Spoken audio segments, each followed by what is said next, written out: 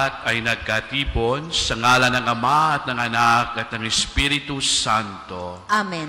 Ang pagpapala ng ating Panginoong Hesukristo, ang pag-ibig ng Diyos Ama, at ang pakikipagkaisa ng Espiritu Santo naway sumainyong lahat. At sumainyo rin. Happy Sunday, mga kapatid. Ang ating pagbasa ngayon ay nagbibigay sa atin ng makahulugang pagsasama sa ating paglalakbay sa buhay. Kasama natin si Jesus, ang buhay na tinapay, na tuwing misa, siya ang ating tinatanggap upang sa lahat ng mga pagsubok sa buhay, tayo ay kanyang mabigyan ng lakas ng loob at gabay sa bawat ating paghinga araw-araw. At ngayon, mga kapatid, ating alalahanin ang ating mga pagkukulang, ang ating pagkakamali. Tayo'y humingi ng kapatawaran sa ating Panginoon. Tayong lahat, inaamin ko sa makapangyarihang Diyos at sa inyo, mga kapatid, na lubha akong nagkasala sa isip, sa salita at sa gawa, at sa aking pagkukulang. Kaya sinasamo ko ang mahal na Birheng Maria sa lahat ng mga anghel at mga banal, at sa inyo, mga kapatid, na ako'y ipanalangin sa Panginoong ating Diyos. Kaawaan tayo ng makapangyarihang Diyos, patawarin tayo sa ating mga kasalanan, at patubayan tayo sa buhay na walang hanggan. Amen.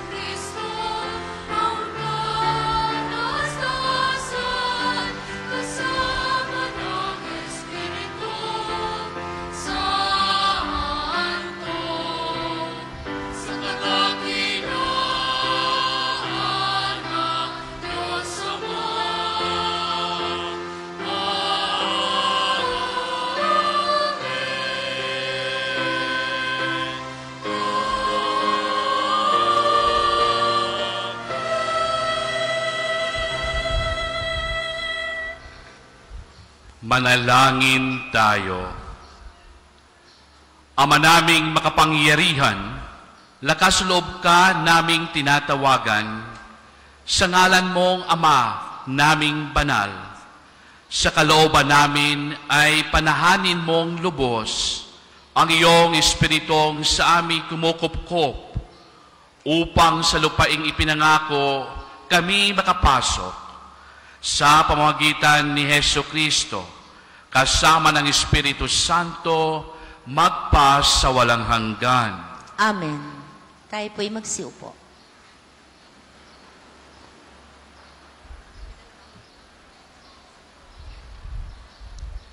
Pagbasa mula sa unang aklat ng mga hari. Noong mga araw na iyon, si Elias ay mag-isang pumunta sa ilang. Pagkatapos ng maghapong paglalakad, ay naupo siya sa ilalim ng isang puno ng retama at nanalangin ng ganito, Panginoon, kunin na po ninyo ako. Ako po'y hirap na. Nais ko na pong mamatay. Pagkatapos nahiga siya at nakatulog. Ngunit dumating ang isang anghel. Kinalabit siya at ang sabi, Gising na at kumain ka. Nang siya'y lumingon, nakita niya sa may ulunan ang isang tinapay na niluto sa ibabaw ng mainit na bato at tubig sa isang sisidlan. Kumain nga siya at uminom. Pagkatapos ay nahiga uli. Ngunit bumalik ang anghel ng Panginoon. Kinalabit uli siya at sinabi, Bumangon ka at kumain. Napakahaba pa ang lalakarin mo. Kumain nga siya uli at uminom, at siya'y lumakas. Sa tulong ng pagkain iyon, naglakbay siyang 40 araw at 40 gabi, hanggang sa Horeb, ang bundok ng Diyos. Ang salita ng Diyos. Salamat sa Diyos.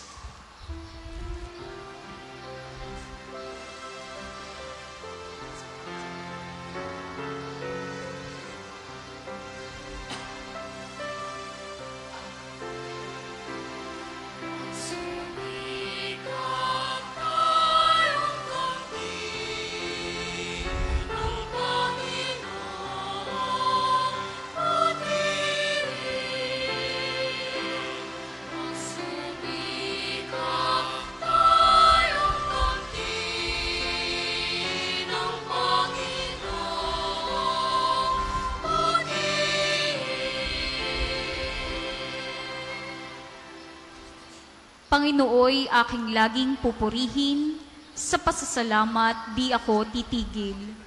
Aking pupurihin kanyang mga gawa, kayong naaapi, makinig, matuwa.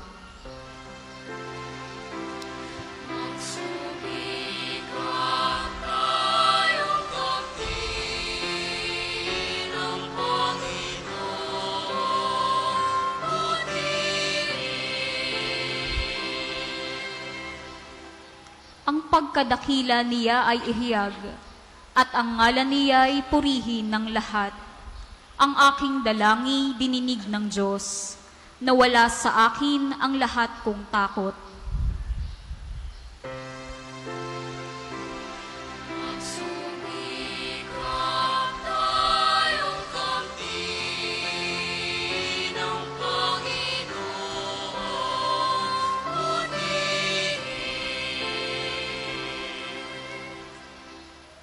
Nagalak ang aping umasa sa kanya, pagkat di nabigo ang pag-asa nila. Tumatawag sa Diyos ang walang pag-asa, sila'y inililigtas sa hirap at dusa.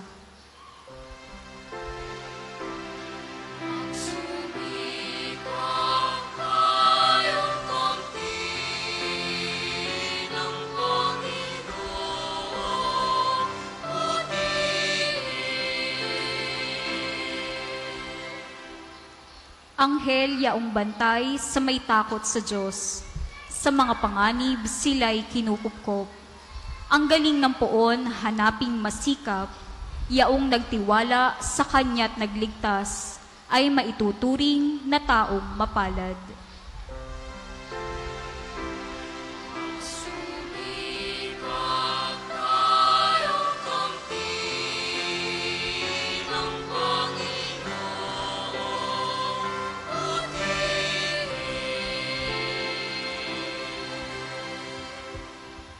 Pagbasa mula sa sulat ni Apostol San Pablo sa mga taga-Efeso. Mga kapatid, huwag ninyong dulutan ng pighati ang Espiritu Santo, sapagkat ito ang tatak ng Diyos sa inyo, ang katibayan ng inyong katubusan pagdating ng takdang araw. Alisin na ninyo ang lahat ng sama ng loob, galit at puot. Huwag na kayong mambubulyaw, manlalait, at mananakit ng damdamin ng kapwa. Sa halip, maging mabait kayo at mawain sa isa't isa, at magpatawaran tulad ng pagpapatawad sa inyo ng Diyos sa pamamagitan ni Kristo. Yamang kayo'y mga anak na minamahal ng Diyos, tularan ninyo siya. Mamuhay kayong puspos ng pag-ibig tulad ni Kristo. Dahil sa pag-ibig sa atin, inihandog niya ang kanyang buhay bilang mahalimuyak na hain sa Diyos. Ang salita ng Diyos. Salamat sa Diyos. Magsitayo po ang lahat.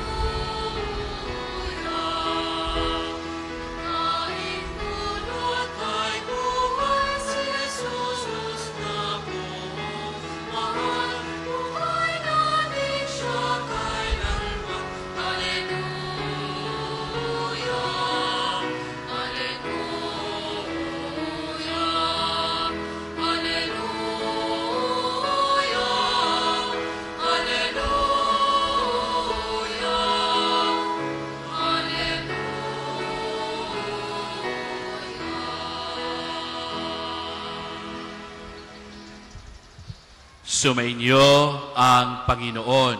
At sumainyo rin. Ang mabuting balita ng Panginoon ayon kay San Juan.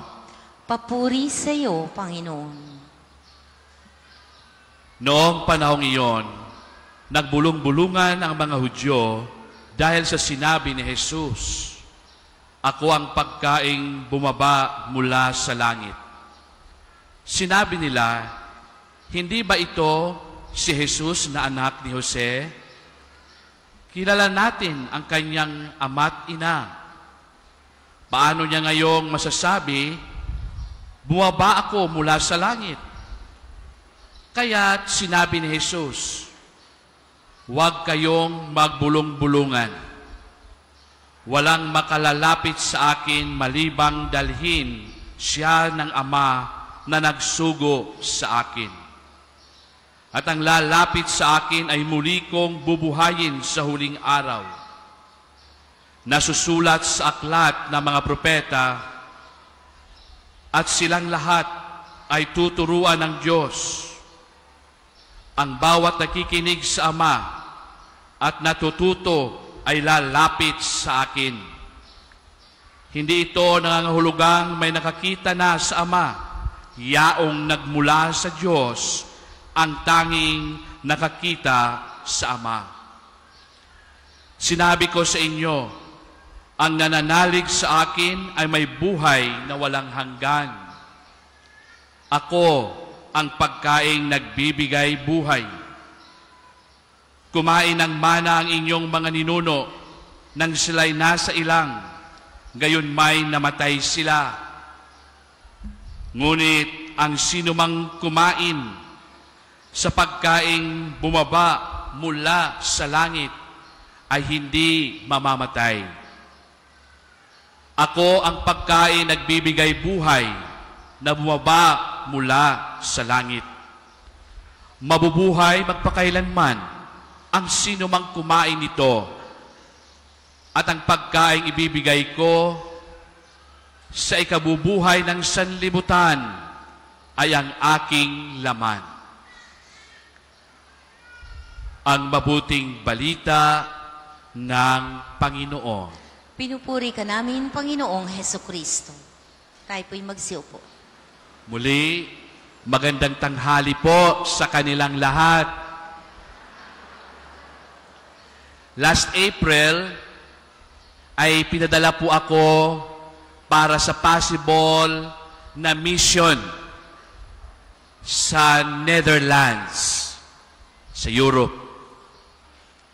para umpisahan ang isang mission po doon. At hanggang sa isang buwan ako doon, may nakilala akong mga Pilipino community sa iba't ibang dako ng Netherlands. At karamihan sa kanila, ang mga asawa ay mga Dutch citizen.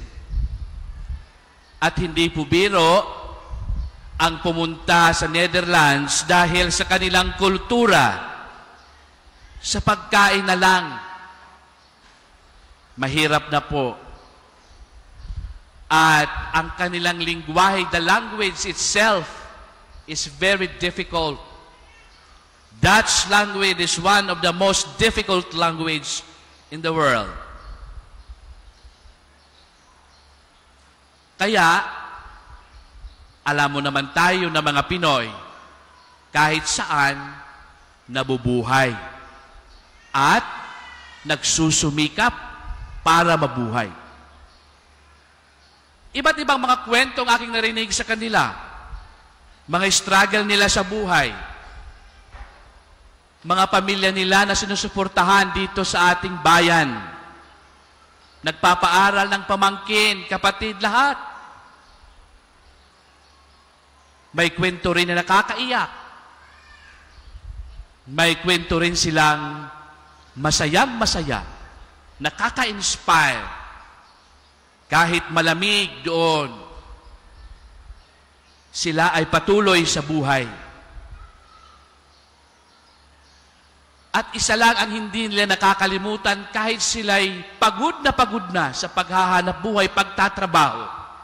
Alam niyo po ba kung ano yon? Tuwing linggo ay ang pinakamasaya nilang linggo. Kasama ang kanilang pamilya, pumupunta sa simbahan. At doon sila ay nagtatagpo-tagpo para sa banal na misa. They organize themselves. May lectors, mayroong choir, may bumabasa, mayroong mga in charge sa collection, lahat. Sila ang bumubuhay ng simbahan doon.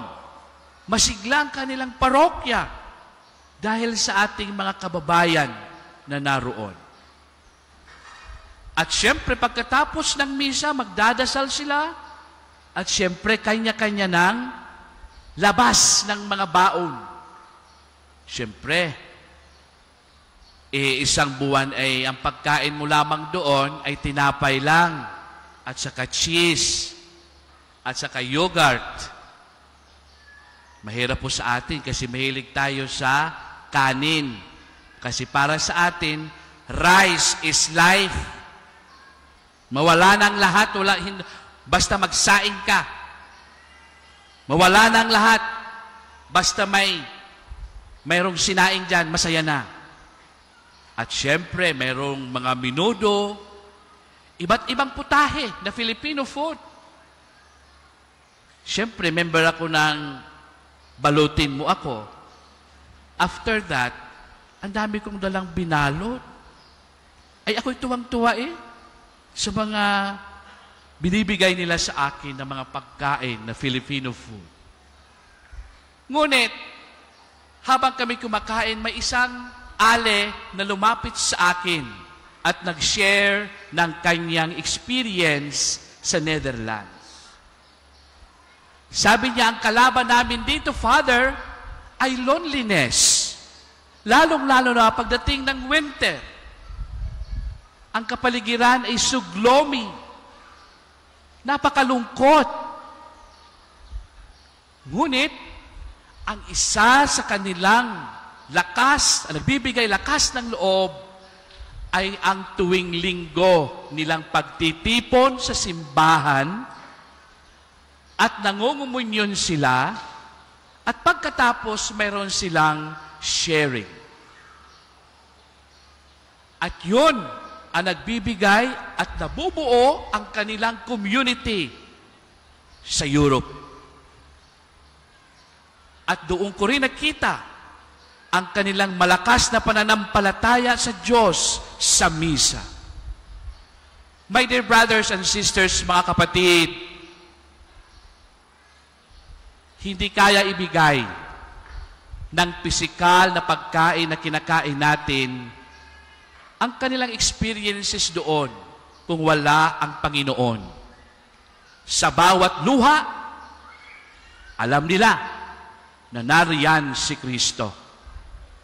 Tuwing linggo, nakikita nila si Kristo sa misa, sa banal na pagdiriwang, na siyang nagbibigay ng inspirasyon sa kanila na magpatuloy sa mga hamon sa buhay sa ibang bansa. At dahil doon na itataguyod nila ang kanilang pamilya, nabibigyan ng magandang kinabukasan ang kanilang mga anak at kanilang mga kapatid at magulang.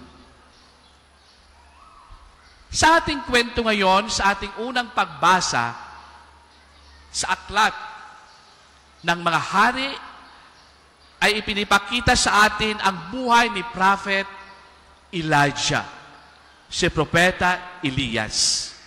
Sa amin na mga Carmelite na mga pare, kasi ako po ay isang Carmelite na pare, si Prophet Elijah o si Propeta Elias, siya po ang aming inspiration o spiritual father ng orden ng Carmelita.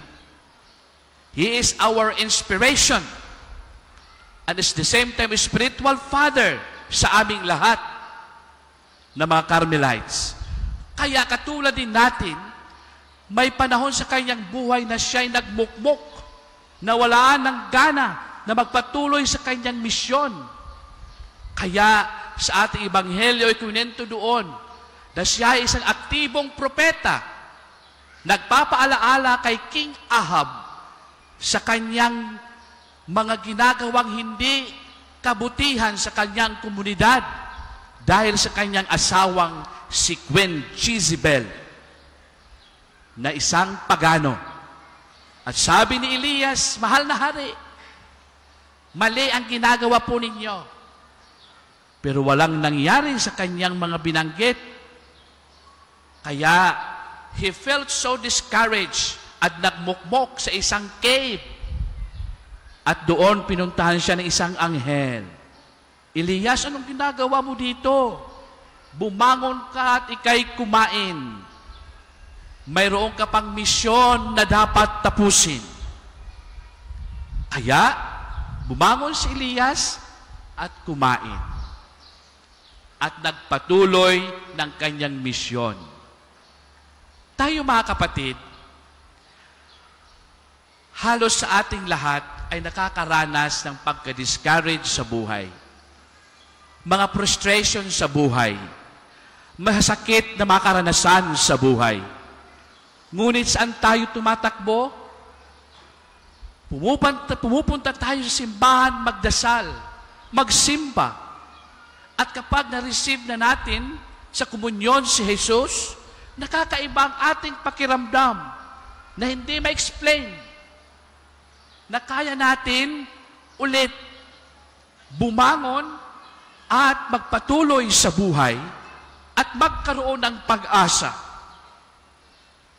At ito ang hindi na ibibigay ng pagkain na ating kinakain na nasa refrigerator natin, nasa grocery store. Only God, only Jesus can nourish our souls. Siya lamang ang makakasatisfy ng ating hunger. Hindi ang material na mga bagay sa mundo. Because in the world, everything will end. Even power has its end. Hindi lahat na makapangyarihan ay tutuloy-tuloy ka. Kasi ang lahat ng bagay sa mundo ay temporaryo lamang. At si Jesus ngayon, may sinasabi sa atin na siya ang tinapay ng buhay. At may pangako siya sa ating lahat.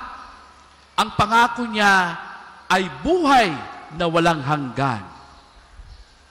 Kaya mga kapatid, sa Amerika, nakita niyo sa TV last week, nagkaroon sila ng Eucharistic Revival.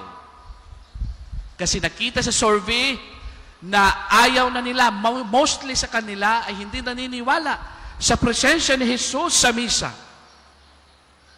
At kahit sa Europa, in the Netherlands, may mga taong hindi naniniwala sa Diyos dahil sa kasaganahan ng buhay.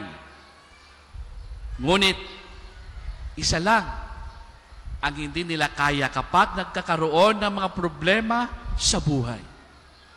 Conflict in relationships that sometimes nauuwi sa depression. Kasi ang lahat kaya resolbahin. Kasi may pera, sagana. Ngunit, isa lamang ang hindi kaya nilang tuklasin at solusyonan kapag wala ang Panginoon sa kanilang buhay sa oras ng loneliness, mga problema at hamon, challenges sa buhay. At dito ang Diyos sa atin ay pumapasok if we are open to receive Him sa ating mga puso. Doon mananahan si Jesus.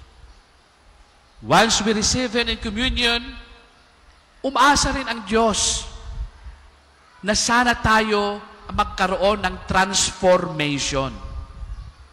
Hindi lang communion ng communion tayo, we feel sorry for what we have sinned, but we committed sin against Him, pero kailangan din may pagbabago sa bawat isa.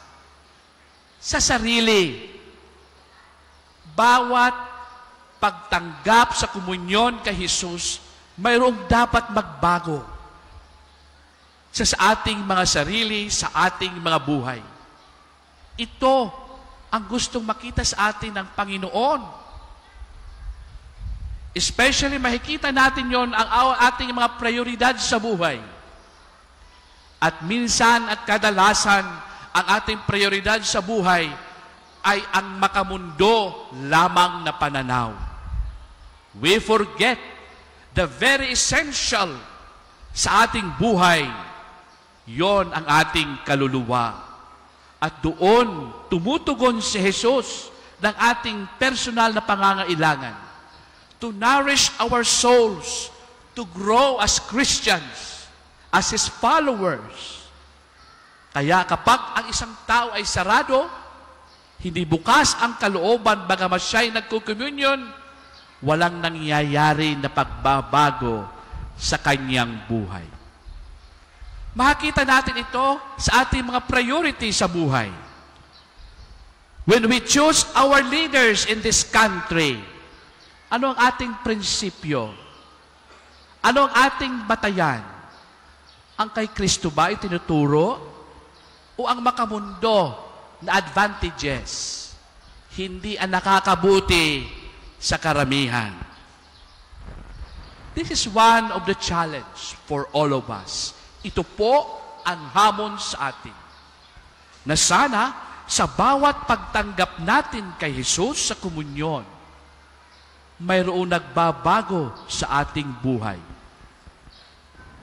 Na bukod sa pagbabangon sa bawat hamon, nagbabago rin ang ating ugali. Nagbabago rin ang ating pananaw sa buhay.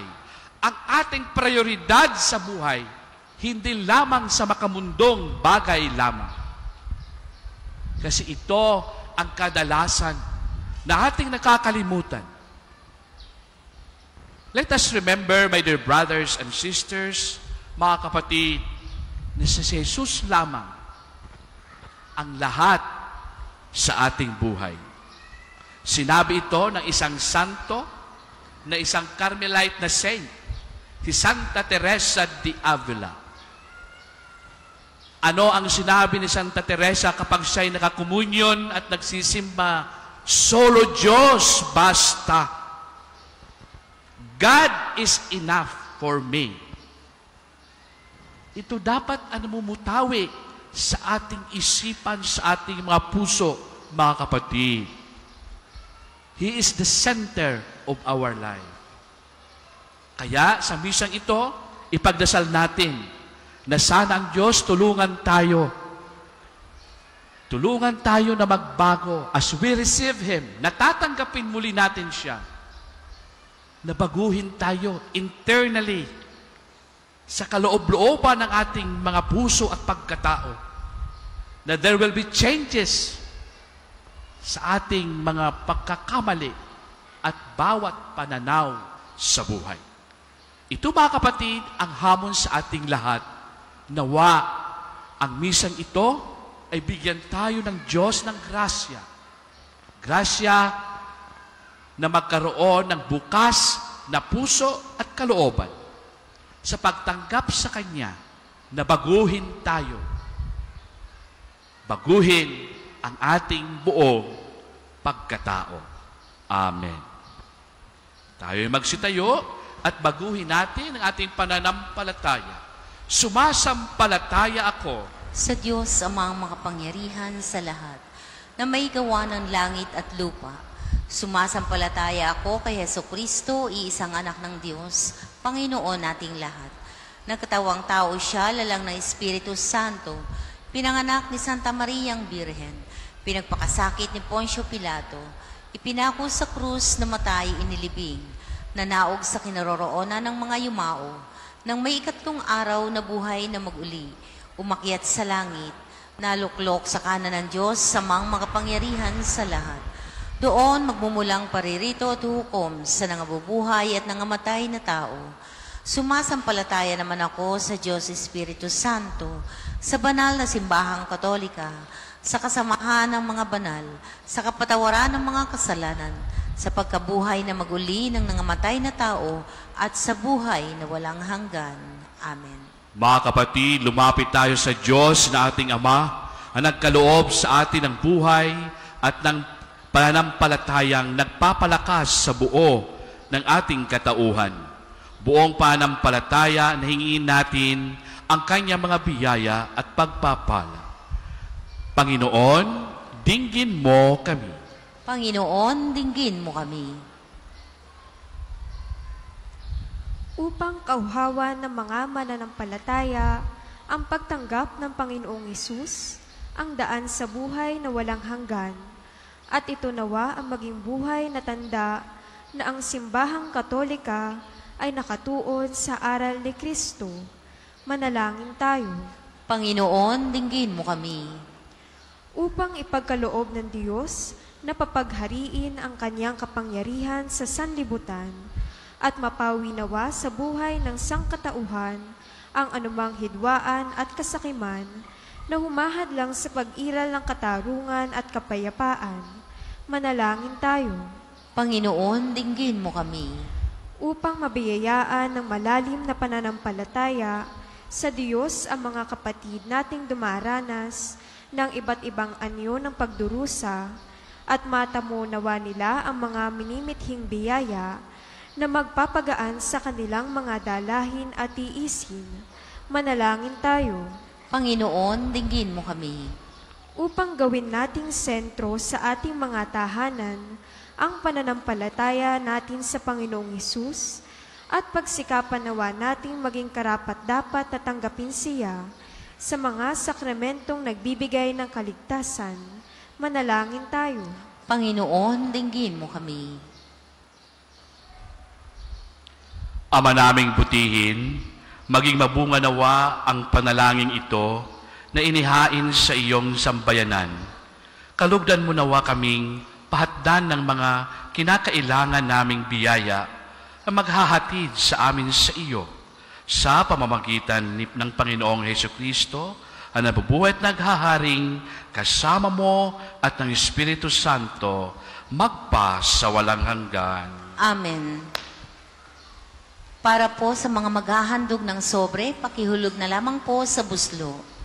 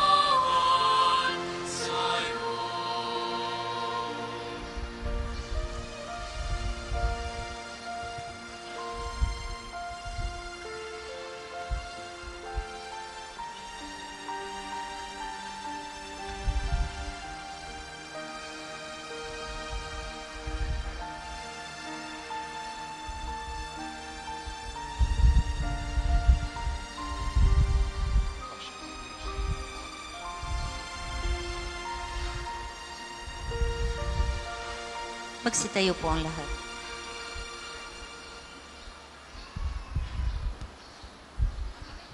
Manalangin kayo mga kapatid upang hain natin ay kalugdan ng Diyos Amang makapangyarihan. Tanggapin nawa ng Panginoon itong paghahain sa iyong mga kamay, sa kapurihan niya at karangalan, sa ating kapakinabangan at sa buong sambayanan niyang banal. Ama naming lumikha, kalugdan mo ang mga alay na iyong sambayanan, ang pinapakandahang loob mong ibigay sa amin upang mahihain na siya'y nawang gumanap ng iyong ginagawa upang kami tubusin sa pamamagitan ni Hesukristo kasama ng Espiritu Santo magpa sa walang hanggan. Amen. Sumainyo ang Panginoon. At sumainyo rin. Itaas sa Diyos ang iyong puso at diwa. Itinaas na namin sa Panginoon. Pasalamatan natin ang Panginoong ating Diyos. Marapat na siya ay pasalamatan. Ama naming makapangyarihan, tunay kang marapat na ikaw aming pasalamatan sa pamamagitan ni Hesukristo na aming Panginoon. Siya ay naging kapwa naming maaasahan upang may maunang umako sa pananagutan dahil hangad mong magbago ang kinakahigasnan. Pagkakanya-kanya ng sangkatauhan, bunga ng pagtitiis niya'y siya'y nanaig at ang kamatayan ay kanyang nalupig. Kaya't siya ang aming daan para sa aming masapit ang isang tapat at maasahang pag-ibig. Kaya kaisa ng mga anghel ang nagsisiawit ng papuri sa iyo na walang humpay sa kalangitan kami nagbubunyi sa iyong kadakilaan.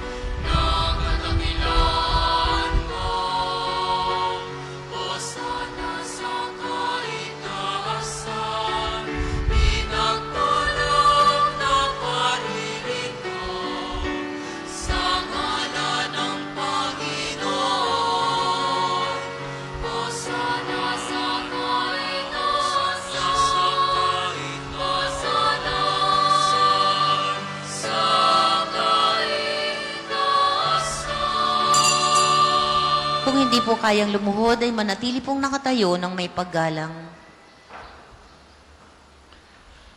Ama naming banal kang bukal tanang kabanalan, kaya't sa pamagitan niyong Espiritong gawing banal ang kaloob na ito upang para sa amin maging katawan at dugo ng aming Panginoong Hesukristo.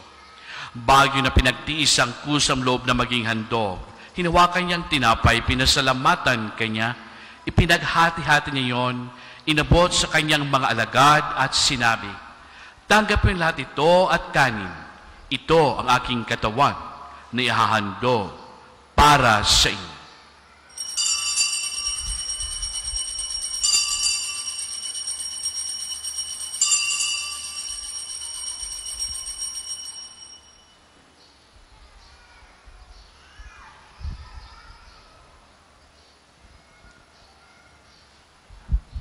Gayon din naman nung matapos ang hapunan, hinawakan niya ang kalis, muli kanyang pinasalamatan. Inabot niya ang kalis sa kanyang mga alagad at sinabi, "Tanggapin lahat ito at inumin. Ito ang kalis ng aking dugo ng bago at walang hanggang tipan. Ang aking dugo na ibubuhos para sa inyo at para sa lahat, sa ikapagpapatawad ng mga kasalanan. Gawin ninyo ito sa pag-alaala sa akin."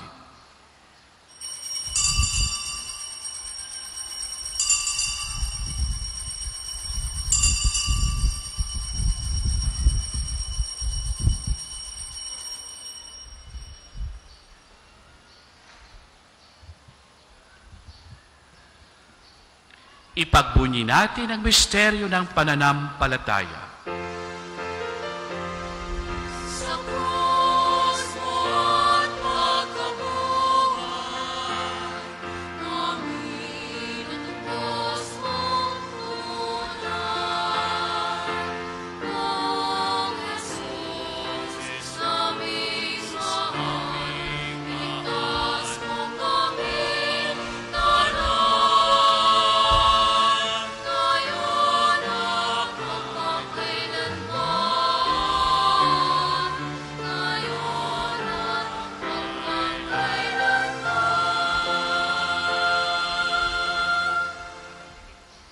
Ama, ginagawa namin ngayon ang pagkalala at pagkamatay at muling pagkabuhay niyong anak. Kaya't inaalay namin sa iyo ang tinapay nagbibigay buhay at ang kalis sa kakaloob ng kaligtasan. Kami nagpapasalamat dahil kami narapat tumayo sa harap mo para maglingkod sa iyo. Isinasamo namin kami magkasalo-salo sa katawan at dugo ni Kristo ay mabuklod sa pagkakaisa sa pamagitan ni Jesus ng Espiritu Santo. Ama, lingapin mo simbang laganap sa buong daigdig. Puspusin mo kami sa iyong pag-ibig. Kaisa ni Francisco, ang aming Papa, at ni Gilbert, ang aming Obispo, at anang kaparian. Alalahan mo rin kapatid naming nahimlay na pag-asang sila'y muling mabubuhay. Yun din ang lahat na mga pumanaw. Kaawaan mo sula't patuloyin sa iyong kaliwanagan. Kaawaan mo pangidapatin kaming lahat na magkasalo sa iyong buhay na walang wakas. Kaisa na mahal nga Birhen Maria, Ina ng Diyos, kaisa ni San Jose, ang kanyang kalinis-linisang esposo, kaisa na mga apostol, at ng lahat na mga banal na namuhay dito sa daigdig na kalugod-lugod sa iyo. May pagdiwang nawa namin ng pagpupuri sa ikararangal mo sa pamamagitan niyong anak na aming Panginoong Hesu Kristo. Sa pamamagitan ni Kristo, kasama niya at sa Kanya, ang lahat ng parangal at papuri ay sa iyo, Diyos amang makapangyarihan, kasama ng Espiritu Santo, magpa sa walang hanggan.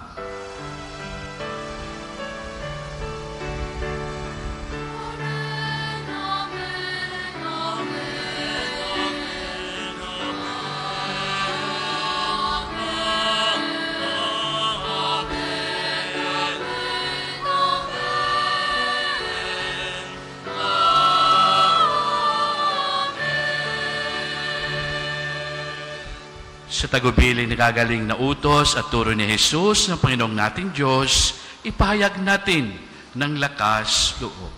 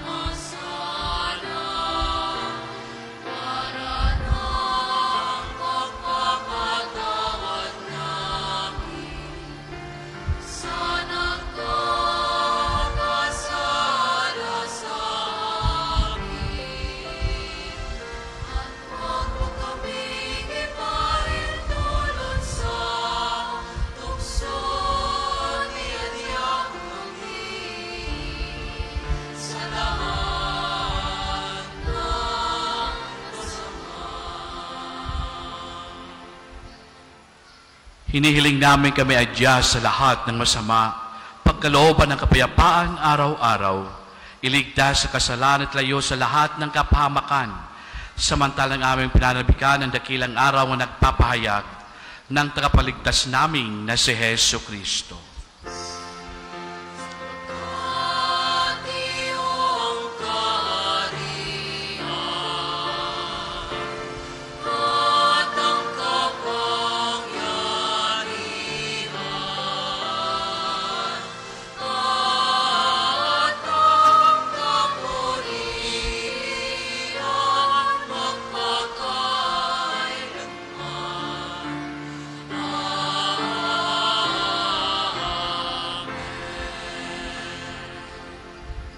Panginoong Hesukristo, sinabi sa iyong mga apostol, kapayapaan ang iniiwan ko sa inyo. Ang aking kapayapaan ay binibigay ko sa inyo. Tungayan mo ang aming pananampalataya at huwag aming pagkakasala. Pagkalooban mo kami ng kapayapaan at pagkakaisa ayon sa iyong kalooban, kasama ng Espiritu Santo, magpa sa walang hanggan. Amen. Ang kapayapaan ng Panginoon ay laging sumainyong lahat. At sumainyo rin. At pagbigayan kayo ng kapayapaan sa isa't isa. Peace be with you.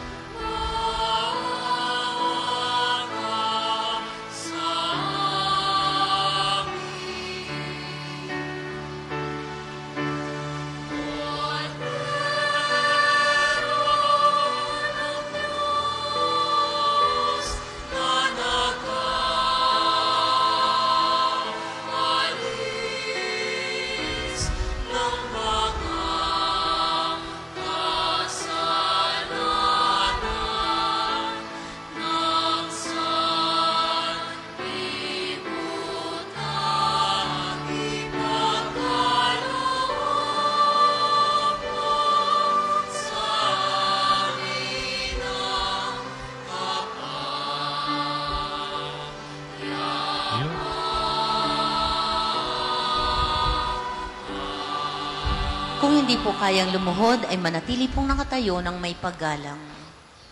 Ito ang kordero ng Diyos, ito nag-aalis ng kasalanan ng sanlibutan, mapalad ang mga inayahan sa kanyang piging. Panginoon, hindi ako karapat-dapat na magpatuloy sa iyo, ngunit sa isang salita mo lamang ay gagaling na ako.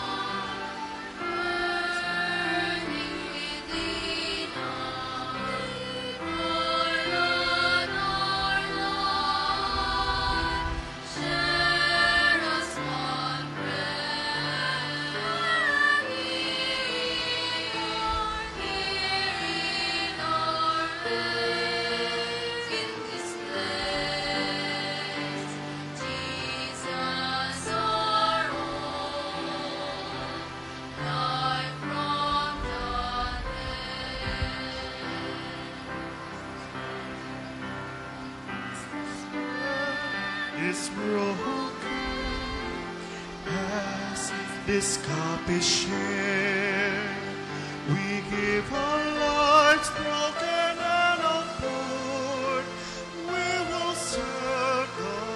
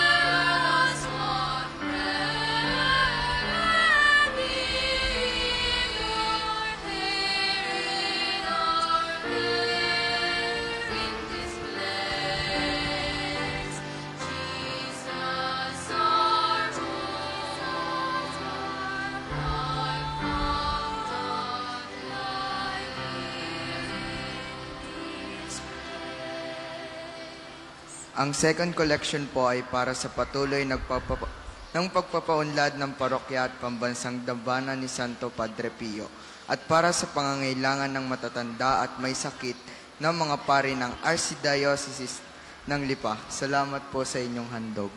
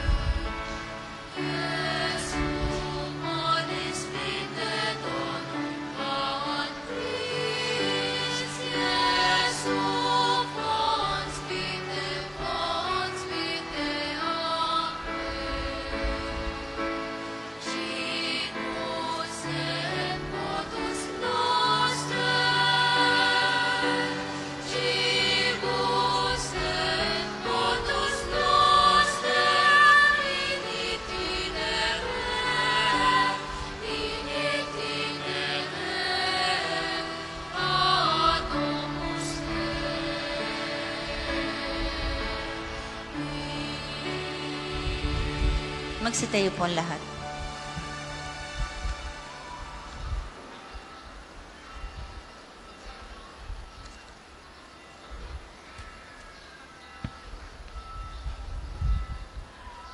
Manalangin tayo.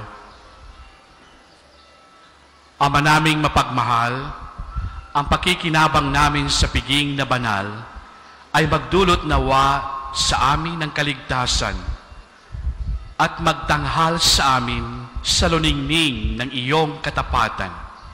Sa pamamagitan ni Hesukristo, kasama ng Espiritu Santo, magpa sa walang hanggan.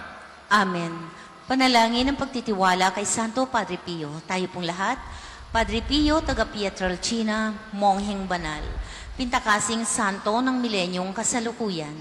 Gabay namin sa pagtahak sa landasing makalangit, takbuhan sa pangangailangan, huwaran ng pagtitiis.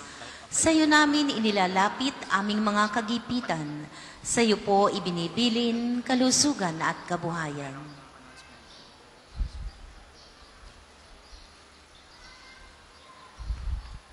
Di man karapat-dapat, kami po ay pagbigyan, bendisyonan at basbasan maging ganap sa buhay. Lumayo nawa kami umiwas sa kasalanan. Lumapit lagi sa Diyos, maging matatag at matibay. Sa mabuting balita ng pagliligtas, turuan mo kami nawa. Sa tuwina ay makinig, magnilay at sumampalataya. Amin pong pakiusap itong mga kahilingan. Puso ay nagsisisi, nagtitikang taimtiman. Di na muling magkasala, sunod lagi sa Diyos Amang, kaisa ng Espiritu at ni Jesus na tagapamagitan. Amen. Magsiupo ang lahat para po sa ilang patalastas. Una, sa inyong pagdalaw sa pambansang dambana, mangyaring pakaingatan ng inyong mga personal na gamit. Hangad namin ang isang matiwasay at maayos na pagbisita sa National Shrine. Ikalawa, tanda ng katapatan at pagpapasalamat ng pambansang dambana sa inyong tulong at donasyon. Makikita niyo po sa ating screen ang total collections ng nagdaang linggo. Salamat po sa patuloy na kagandahang loob. Ikatlo, sa pagnananais nating palawakin ang dokumentasyon at datos ng mga pilgrims and devotees na bumibisita sa pambansang dambana, kami po ay nag-aanyaya sa inyong lahat na makilahok sa ginagawang pagkalap ng impormasyon na makakatulong sa pagpapaunlad ng ating turismong pangsimbahan. Makikisuyo po kami na paki-scan ng QR code na inyong makikita sa paligid ng simbahan at pakikumpleto ng mga impormasyong kinakailangan. Makakaasa po kayo sa aming pag-iingat ng private information na inyong ibabahagi bilang pagsunod sa batas ng Data Privacy Act of 2012. Ang inyong pakikiisa ay malaking tulong at susi sa tagumpay ng proyektong ito. Ang susunod pong misa ay sa ganap na ikadalawa ng hapon. Maraming salamat po at mangyaring panatilihin natin ang kalinisan, katahimikan at diwa ng pananalangin sa loob at labas ng ating simbahan. Magsitayo na po ang lahat para sa pagbabasbas ng religious articles.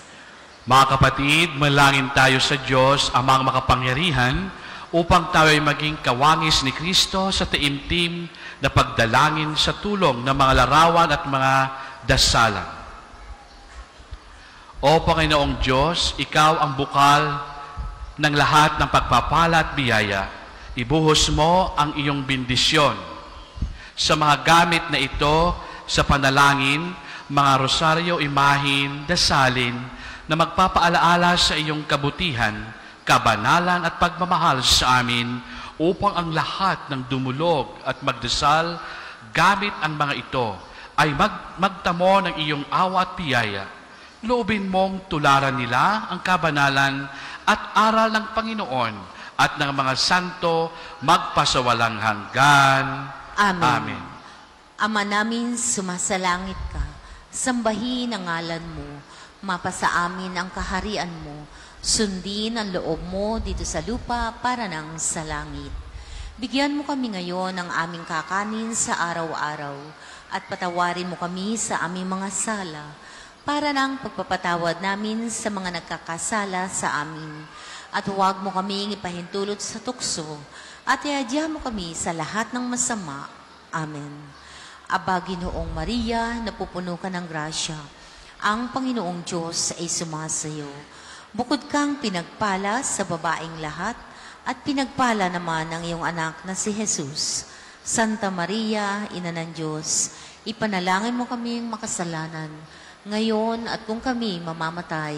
Amen. Luwalhati sa Ama at sa Anak at sa Espiritu Santo, kapara noong una, ngayon at magpas sa walang hanggan. Amen. Ama namin, sumasalangit ka, sambahin ang ngalan mo, mapasa amin ang kaharian mo, sundin ang loob mo dito sa lupa para nang sa langit. Bigyan mo kami ngayon ng aming kakanin sa araw-araw at patawarin mo kami sa aming mga sala para nang pagpapatawad namin sa nagkakasala sa amin. At huwag mo kaming ipahintulot sa tukso at iadya mo kami sa lahat ng masama. Amen. Aba, Ginoong Maria, napupuno ka ng grasya, ang Panginoong Diyos ay sumasayo. Bukod kang pinagpala sa babaeng lahat, at pinagpala naman ang iyong anak na si Jesus. Santa Maria, Ina ng Diyos, ipanalangin mo kaming makasalanan, ngayon at kung kami mamamatay. Amen. Luwalhati sa Ama at sa Anak at sa Espiritu Santo, kapara noong una, ngayon at magpas sa walang hanggan. Amen. Ama namin, sumasalangit ka, sambahin ang ngalan mo, mapasa amin ang kaharian mo, sundin ang loob mo dito sa lupa para nang nasa langit.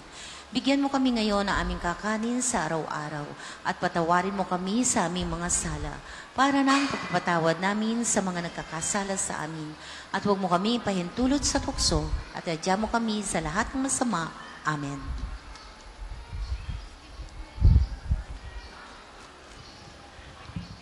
Sumainyo ang Panginoon. At sumainyo rin. At pagpalain kayo ng makapangyarihang Diyos, Ama at Anak at ang Espiritu Santo. Amen. Humayo kayo taglay ang kapayapaan upang ang Panginoon ay mahalin at paglingkuran. Salamat sa Diyos.